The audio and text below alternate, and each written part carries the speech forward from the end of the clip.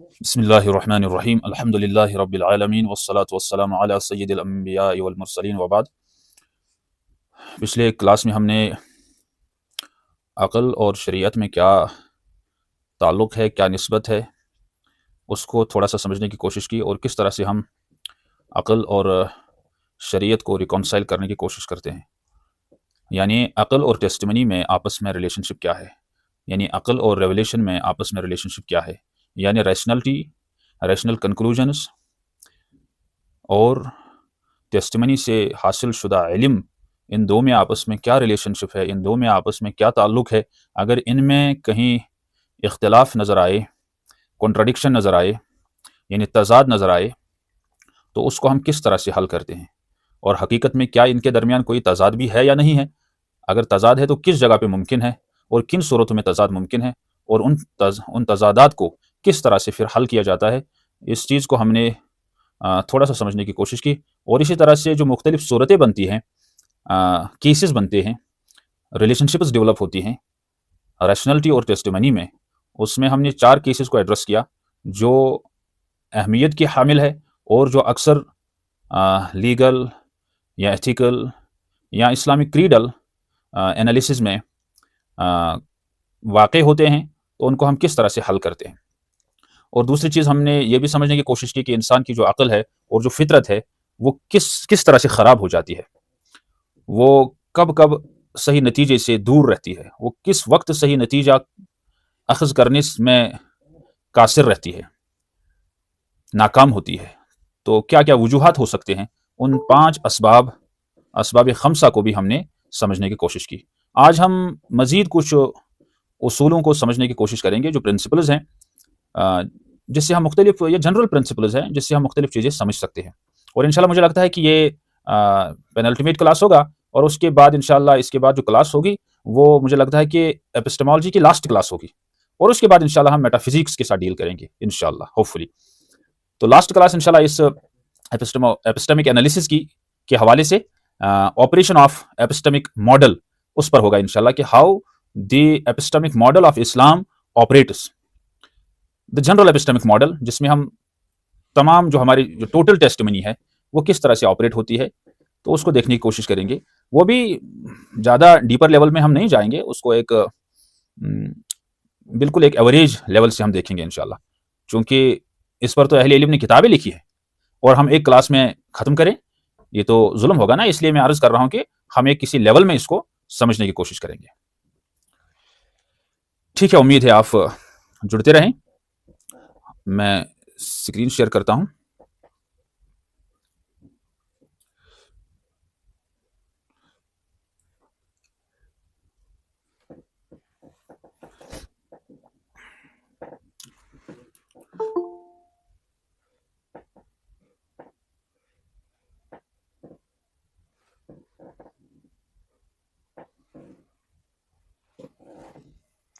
دس از دا principle number 1، یعنی کسی چیز کا سمجھ میں آنا، سمجھ میں نہ آنا دلیل اس کے باطل ہونے کی نہیں ہے۔ یہ اس کا اردو ہے، تو انگریزی میں ہم اس کو اس طرح سمجھتے ہیں کہ one's inability to understand something is no argument for its being false، لا يستلزم عدم الادراک او عدم التحقیق او عدم الفہم عدم الجواز، کہ اگر کوئی چیز ہمیں سمجھ میں نہ آئے، اس کا یہ مطلب نہیں ہے کہ وہ چیز موجود نہیں ہے، اس کا یہ مطلب نہیں ہے کہ ہمیں ایویڈنس ہے اس چیز کے نہ ہونے کی۔ کہ اگر ہمیں کسی وقت، یعنی سائنسدانوں کو، انسانوں کو، کوئی چیز کائنات کے بارے میں، موجودات کے بارے میں، وجود کے بارے میں، حقیقت کے بارے میں، کسی بھی چیز کے بارے میں کوئی چیز سمجھ میں نہ آ جائے، یعنی ان کا فہم، ان کا ادراک، ان کی تحقیق وہاں تک نہ پہنچے، ان کے دائرے تحقیق میں، دائرے فہم میں، دائرے ادراک میں وہ چیز نہ آ جائے، ان کے ریسرچ کے ڈومین میں نہ آئے، ان کو وہ حاصل نہ ہو جائے، ابھی اس چیز کے ساتھ وہ ناواقف ہے، یعنی کسی چیز کے ساتھ سائنس، انسان اپنی تحقیق کرتے کرتے ابھی واقف نہیں ہوا، اس کا مطلب یہ نہیں ہے کہ سائنس کے پاس، انسانوں کے پاس اس چیز کے نہ ہونے کی دلیل ہے۔ یہ چیز ہمیں یاد رکھنی ہے، یہ پہلا اصول ہے۔ مثال کے طور پر نحو اللہ الجنہ المعجزات لسن محالا وہی غیر العادیہ، یعنی جیسے جنت ہے، جیسے اللہ ہے، یعنی انسانی تحقیق کے دائرے میں، انسان کا جو دائرے تحقیق ہے، سائنسی تحقیق ہے، جو سائنسی دائرے تحقیق ہے، جو ایمپیریکل سائنس کا دائرے تحقیق ہے، اس میں اور اللہ کا کامل ادراک کرنے میں انسان چونکہ ناکام ہے، نہیں کر پائے گا. اور جنت انسانی تحقیق، دائرے تحقیق میں، ایمپیریکل تحقیق میں بات کر رہا ہوں، نہیں آیا ہے، اور معجزات ایمپیریکل تحقیق کے دائرے میں نہیں آتے ہیں. تو اگر یہ اس دائرے تحقیق میں نہیں آتی، اس کا مطلب یہ نہیں ہے کہ یہ نہیں ہے. اس کی مثالیں کچھ میں عرض کروں گا آگے انشاءاللہ. تو اس کا مطلب یہ نہیں ہے، یہ مطلب ہم نہیں نکال سکتے، چونکہ ممکن ہے آگے انسانی تحقیق میں یہ چیز آ جائے یا ان میں سے کوئی چیز آ جائے. اب چونکہ یہ ڈیپینڈ کرتا ہے کہ انسان کس زمانے میں، انسانوں کے یہاں تحقیق کے اصول کیا ہیں، انسانوں کے یہاں علم سے کیا مراد ہے، انسانوں کے یہاں جاننے سے کیا مراد ہے، انسانوں کے یہاں حقیقت سے کیا مراد ہے. اب چونکہ اس میں پوری کی وہ پوری میتھڈالوجی سب اس میں شامل ہے. اب یہ چونکہ انسان مختلف ادوار بدلتے رہتے ہیں، تو انسانوں میں یہ تحقیق کے جو سٹینڈرڈز ہوتے ہیں، جو پیرامیٹرز ہوتے ہیں، جو پرنسپلز ہوتے ہیں، وہ بھی بدلتے ہیں. چاہے وہ ایپسٹیمک پرنسپلز ہے، چاہے وہ آنٹولوجک پرنسپلز ہے، بدل جاتے ہیں.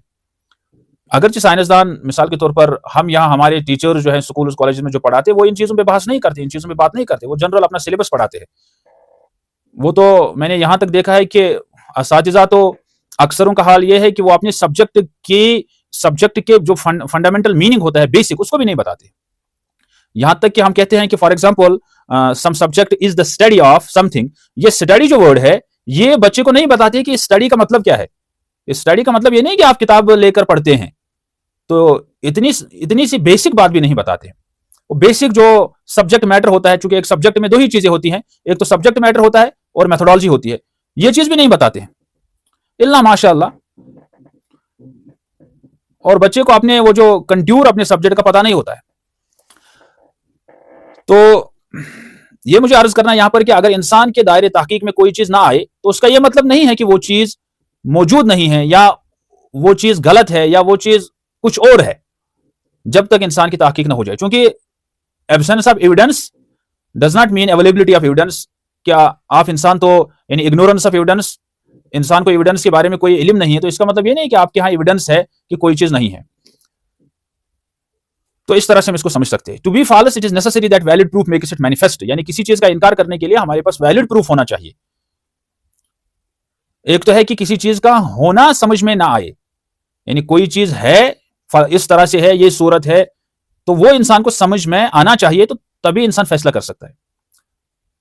یعنی ہونا سمجھ میں نہ آئے اور نہ ہونا معلوم ہو جائے، یہ الگ الگ چیزیں ہیں. کسی چیز کا ہونا انسان کو سمجھ میں نہ آئے، کسی چیز کی موجودگی انسان کو سمجھ میں نہ آئے، اور کسی چیز کا نہ ہونا معلوم ہو جائے، یہ دو چیزیں الگ الگ ہیں. ناممکن ہونا کچھ اور ہے اور سمجھ میں نہ آنا کچھ اور ہے، یہ الگ الگ چیزیں ہیں. ان دو چیزوں کو جب خلط ملط کیا جاتا ہے تو پھر وہی سائنسی لوگ، یعنی کچھ سائنسدان یہ کہتے ہیں کہ خدا نہیں ہے. یہ بالکل انہی دو باتوں کو وہ خلط ملط کرتے ہیں. جیسے میں ایک عرض کروں گا یہاں پر کہ ایک زمانے میں انسان کو پتا نہیں تھا کہ یہ زمین جو ہے گول ہے، سفیریکل ہے، اوبلیٹ سفیروئڈ ہے. تو اس کا مطلب یہ نہیں ہے کہ گریکس کے زمانے میں ان کو پتا نہیں تھا کہ زمین جو ہے اوبلیٹ سفیروئڈ ہے، اور زمین اس وقت اوبلیٹ سفیروئڈ نہیں تھی، ان کو سمجھ میں نہیں آیا تھا. اب ان کو سمجھ میں نہ آنے کا مطلب یہ نہیں ہے کہ زمین اوبلیٹ سفیروئڈ اس وقت نہیں تھی. 7ویں صدی میں نبی علیہ الصلوۃ والسلام 6ٹھی صدی میں جب آئے اور 7ویں صدی میں قرآن آیا، تو 7ویں صدی میں جب قرآن آیا، 7ویں صدی کے شروع میں، تو نبی علیہ الصلوۃ والسلام کے ذریعے سے جب قرآن آیا ان کے پاس پہنچا، اور قرآن نے کہا کہ کل فی فلک یسبحون، تو یہ جو سیلیشل باڈیز ہے یہ تیر رہی ہے، تو یہ موو کر رہی ہے. تو اس وقت گریکس کا فلسفہ چل رہا تھا، اور یہ کہا جاتا تھا زمین جو ہے یہ اسٹیٹک ہے، جو سینٹر کانسیپٹ تھا انہوں نے یہی سمجھا تھا، اور یہی اس وقت سائنس یعنی سائنسی دنیا پر، علمی دنیا پر یہی نظریہ چھایا ہوا تھا. تو اس کا مطلب یہ، اب ان لوگوں نے اس وقت یہ سمجھا، آگے گلیلیو، کوپرنیکس، باقی کیپلر وغیرہ جتنے بھی آگے، تو انہوں نے پھر یہ سمجھ لیا کہ نہیں، یہ تو موو کر رہی ہے، یہ سٹیٹک نہیں ہے. تو اب گریکس کو جو سمجھ میں نہیں آیا تھا، ہزاروں سائنسدان اس وقت بھی تھے، تو اس کا یہ مطلب نہیں ہے کہ اس وقت زمین سٹیٹک ہی تھی اور بعد میں چلنے لگی. I hope that you understand it. اب چلیے اس پرنسپل کو سمجھنے کے لیے ہم کچھ ایگزامپلز دیتے ہیں. Mobile phone and a man of 19th century. اگر ہم 19ویں صدی کے کسی آدمی کو کہیں دیکھ لیں، اس کو لائیں اور بتائیں دیکھو بھائی صاحب، یہ ہم یہاں سے امریکہ بات کرتے ہیں، امریکہ یعنی 1000 کلومیٹر ایک بندہ ہے، اور یہ دیکھو یہ وہ فون پر ہے، اس کے ویڈیو کال کرتے ہیں، یہ دیکھو، وہ تو پریشان ہو جائے گا. اس کو یہ سمجھ میں نہیں آئے گا کہ یہ کیا ہو رہا ہے، مگر ہم تو کال کر رہے ہیں. اب اس کو یہ سمجھ میں نہیں آئے گا. اس کا سمجھ میں نہ آنا اس چیز پر دلالت نہیں کرتا ہے، اس چیز کو لازم نہیں کرتا ہے، اس چیز کو نیسسٹیٹ نہیں کرتا ہے کہ ہم بات نہیں کرتے ہیں. ہمارا امریکہ کے کسی آدمی سے بات کرنا، کسی دوسرے ملک کے بندے سے بات کرنا، یا ہزاروں میل کسی سے بات کرنا ممکن نہیں ہے، یا نہیں کر رہے ہو رہی ہے. اس کو سمجھ میں نہیں آ رہا ہے تو یہ اس کی خطا ہے. اور اسی طرح سے ایک چیز معلوم ہونا، مثال کے طور پر ایک گاؤں سے دوسرے گاؤں میں، ایک وارڈ سے دوسرے وارڈ میں جانے کے لیے کتنا ٹائم لگے گا، یہ تو تجربے سے ہم نے ثابت کیا ہے. تو یہ تو ہمیں معلوم ہے. یہ چیز اس کا مطلب ہے معلوم ہونا، اور اس کا مطلب ہے سمجھ میں نہ آنا. میٹافزیکل ایگزامپل اسی طرح سے ہم لے سکتے ہیں. جیسے قیامت کے روز ہم کہتے ہیں کہ پل صراط جو ہے وہ بال کے برابر ہوگا، یعنی بہت باریک ہوگا. اب اس کا یہ سمجھ، یعنی اس کے بارے میں یہ اشکالات کرنا کہ بال کے برابر ایک پل ہوگا، یہ کیسے ہے، اور اس پر لوگ کیسے چلیں گے، کیا لوگ اس پر چل پائیں گے، یعنی مومنین اس پر کیسے چل پائیں گے، اس پر اشکالات کھڑے کرنا. مگر آج کی دنیا میں ہم یہ دیکھتے ہیں کہ ہزاروں میٹر اوپر بلندی پر لوگ روپ ویز پر چلتے ہیں. آج سے اگر کچھ زمانہ پیچھے ہم جائے تو ایسا لگتا ہے کہ آج شاید ممکن نہیں ہے، مگر یہ تو ممکن ہے آج، اور ہم یہ سب دیکھتے ہیں، اور یہ حقیقت ہے. یعنی رسیوں کے اوپر سے چلتے ہیں لوگ. تو کوئی بندہ رسی کے اوپر چل نہیں پائے گا، اس کا مطلب یہ نہیں کہ رسی کے اوپر چلا نہیں جاتا ہے. یہ ہر ایک کی عادت الگ الگ ہوتی ہے. اسی طرح سے قربت کی وجہ سے کافر کو معاف کرنا، کیونکہ کافر کی بخشش نہیں. اب کوئی یہ کہے گا کہ کافر کی کیا بخشش ہوگی؟ اگر کوئی مثال کے طور پر کوئی شخص ہے، اس نے ایمان نہیں لایا، کسی نبی کا وہ نزدیکی ہے، رشتہ دار ہے، کیا اس کو وہ مشرک گزرا ہے، وہ کافر گزرا ہے، اس دنیا میں اس نے اپنے نبی کو نہیں مانا ہے، تو کیا اس کی بخشش ہوگی اس قربت کی وجہ سے؟ تو یہ ہمیں معلوم ہے کہ اس کی بخشش نہیں ہوگی. یہ محال نہیں ہے، یہ ناممکن نہیں ہے، یہ امپاسبل نہیں ہے، مگر چونکہ اس پر وعدہ اللہ کا ہے، اور یہ ہمیں معلوم ہے اس بات سے. ریشنلی امپاسبل نہیں ہے. ان اللہ علی کل شیء قدیر، اللہ تعالیٰ ہر شے پر قادر ہیں، کر سکتے ہیں، مگر اللہ نے وعدہ کیا ہے. تو اس کا باطل ہونا ہمیں معلوم ہے، اس کا غلط ہونا ہمیں معلوم ہے. یہ پہلا اصول ہے.